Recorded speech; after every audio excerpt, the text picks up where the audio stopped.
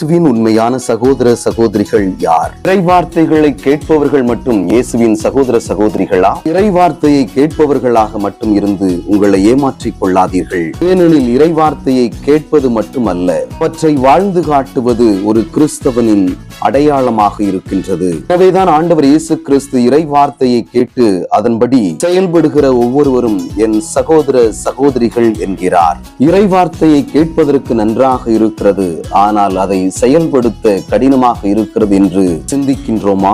இயேசுவின் அன்பை, அவரது தியாகத்தை நாம் உணர்ந்து கொண்டோம் என்று சொன்னால் இறைவார்த்தைகளை கேட்பவர்களாக மட்டுமல்ல, அதை வாழ்ந்து காட்டுபவர்களாக வாழ முடியும். எவர் ஒருவர் இறைவார்த்தையை வாழ்ந்து காட்டுகிறாரோ அவரே நற்செய்தியின் தூதுவர் மட்டுமல்ல, 5ஆம் நற்செய்தியாளராகவே வாழ்ந்து காட்டுகின்றார். இறைவார்த்தை ஏற்று அதை வாழ்ந்து காட்டி நற்செய்தியாளர்களாக வாழ அருள் கேட்டு செபிப்போம். ஆமேன்.